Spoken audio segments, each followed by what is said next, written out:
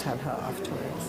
And welcome back to the venue here in Melrose Arch. And of course, it's the M20 Summit that's taking place. Started with a gala dinner last night. And, you know, in as much as it was a dinner, just speaking to some of the people who attended last night, many very important discussions also took place there, and one wouldn't expect any less. But of course, just continuing with what's to be discussed over the next 2 days that will essentially shape, you know, how the media goes forward in crafting narratives, in telling stories to the globe, and wondering what we're going to emerge from this particular summit with. We've asked you to send us your thoughts as well. But I'm joined now by Phathiswa Magopeni, who's Network of Independent Media Councils in Africa member, and also the Executive Director of the Press Council of South Africa. And also with us this morning, Anriette Esterhuysen, association from the Association for Progressive Communication. So, ladies, thank you to both of you. But I just want to start off by just establishing the importance of a platform such as M20 in the broader context of the G20. We know how important the G20 is to just establishing, you know, trajectories for the world's biggest economies. But of course, the M20, how is that likely to impact the media narrative across the world? Good morning to viewers. I think the first thing is to consider the fact that the media is the engine that drives all access to information by the citizens, and it's linked directly to Article 19 of the Universal Declaration of Human Rights. In our case, it translates to Section 16 of the Constitution. So if you are to talk about the information ecosystem, you can't not talk about the media. And all governments and all business sectors function properly with access to information because they need to talk to the citizens and they need to communicate with their consumers in the case of business.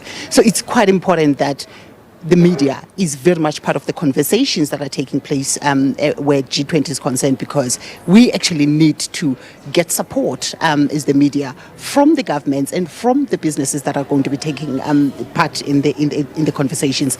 There are issues that relate to regulation, that relate to policies that we actually hope that we'll get support for, including the sustainability of the media.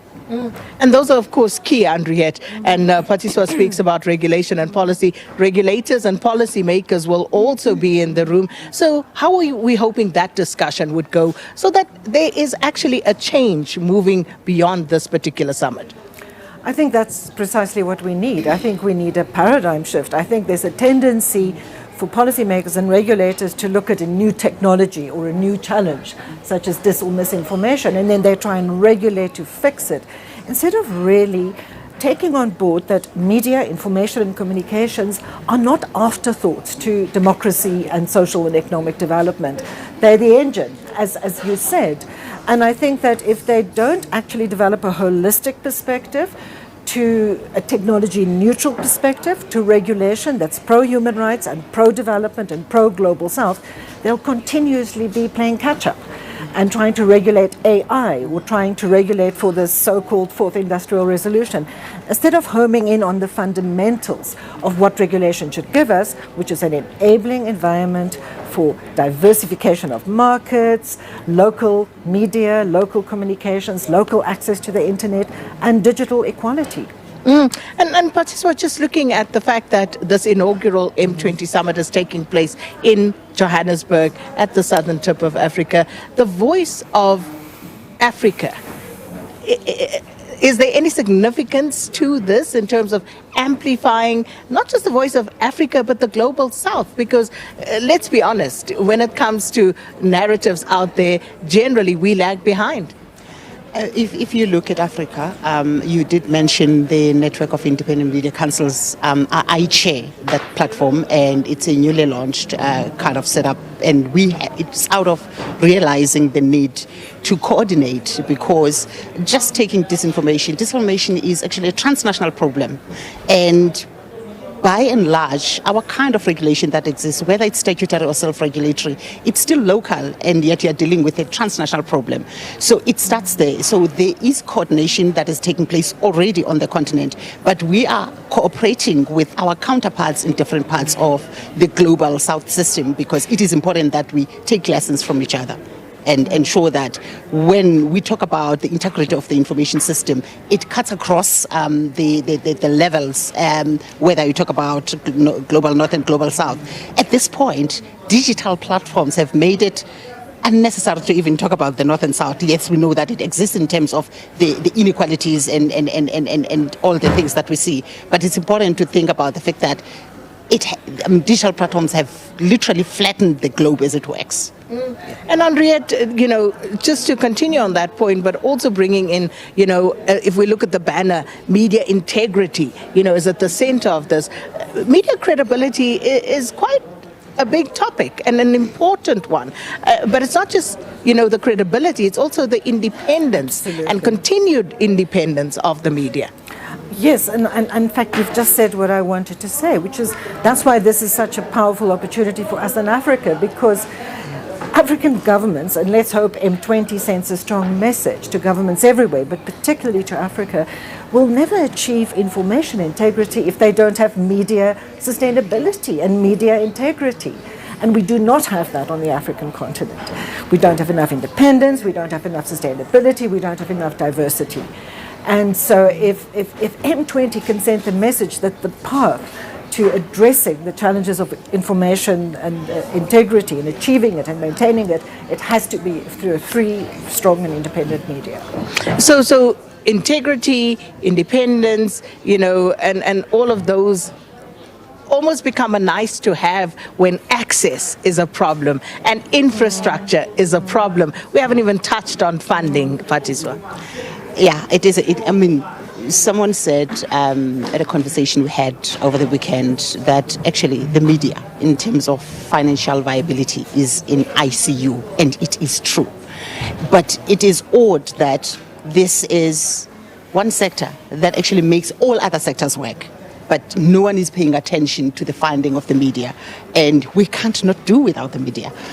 So it is important that, in fact, it was a great thing to hear the B20 representative Kaskovadia last night talking about the importance of continuing conversations beyond this M20, G20 kind of arrangement, that we actually need to pay attention to how we keep the media viable and how we ensure that the councils, which is media councils that exercise oversight on the media, are actually enabled to do their work through resources. Yeah. Which gives rise to another very interesting conversation around the funding of the media. And again, we can list the things as we talk about them. But then again, the funding of the media, especially on the African continent. And I'm just placing an emphasis on that given where we are. But then the SABC, for example, and the SABC funding model, I think there is general consensus that the funding model is not fit for purpose. And yet we just, amble on from day to day, year to year, more and more problems, but we don't really get to the nub of the matter, which is discussing, Anriette, the actual funding issues, not just for the SABC, but for all newsrooms across the country. How do we make sure that people understand? You spoke about the B20. Their stories don't get told if the media is not there. So how do we get them to understand the importance of funding journalism and, media spaces in general? That is a very big question. And I'm going to answer one part of it because I'm not a media person, first and foremost. And that is funding the communications infrastructure, because a diverse and sustainable media also needs an audience. It needs people that have access to connectivity, because increasingly one accesses the media not through print. Radio remains very powerful. Television is important. We are lucky in South Africa to have the coverage that we have, but many parts of Africa we don't. So I think internet access, affordable, sustainable internet access, digital equality for all citizens is vital, for all people. And linked to that is the literacy, the media literacy, to be able to understand how to engage with the media in this complex environment of social media and mis and disinformation. So the funding needs to invest in both the supply and the demand. We need funding for public service media, public interest media, public broadcasters.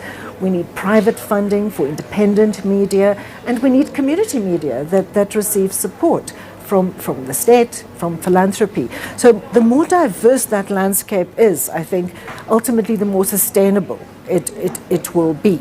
But we will never have a thriving media if we do not have people that are able to find value in that media and trust that media and are able to access and use it in their own languages in ways that are affordable and accessible to them.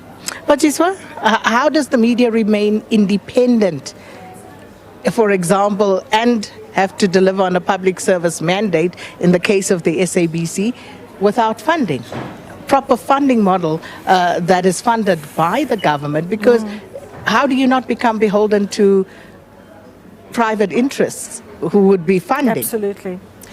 I always find this question interesting because there's always been views that if the SABC were to be funded by government, it's going to be captured by government. Why do we think that it's not being captured, or it wouldn't be captured when it's not funded by government? Because we have seen examples of that happening, even though it's not funded by government. We know that 86%, around 86% of SABC's revenues come from advertising, which is commercial. But the danger with that is the SABC taking a direction where it drifts from its mission because its programming has to be tailored to commercially sensitive kind of programming. It becomes a problem. But the bigger problem, in my observation, is that not funding the SABC as credible global broadcasters are funded. You can go check ZDF in Germany, you can check, in fact, broadcasters in the European Union bloc, and you can check your BBCs, you can check Australia, the Canadians. The reality is, not funding the SABC is killing the entire media system where broadcasting is concerned, because you have this massive entity that's competing for commercial revenues, where commercial entities should be playing if the SABC was to be fully funded through mechanisms that do not necessarily drive it to commercial revenue. Just one example, if you look at Limpopo, for instance, you have 3 radio stations of the SABC there, and then you have Capricorn as an independent radio station. How do you expect Capricorn to survive when you have these 3 entities of the SABC that are funded through commercial activities? How do you expect that one entity to compete with these big radio stations of the SABC? So partly it's something that we need to address, understanding the impact of not funding the SABC in the entire ecosystem. It's got to be the same with digital platforms. As advertising is migrating or has migrated to digital platforms, the SABC is going to be the big player in that space. You are killing independent media, and we need media plurality. Well, and that, I think, says it all. And of course, we are going to continue these conversations. The SABC bill, well, the minister, and hopefully he will be here later so that we can at least touch on that, just to find out how far he is with regard to the SABC bill, because quite a few conversations, and as our guests have said this morning, it has implications for the entire media landscape. But Phathiswa Magopeni and Anriette Esterhuysen, thanks so much for your time. It's back to studio.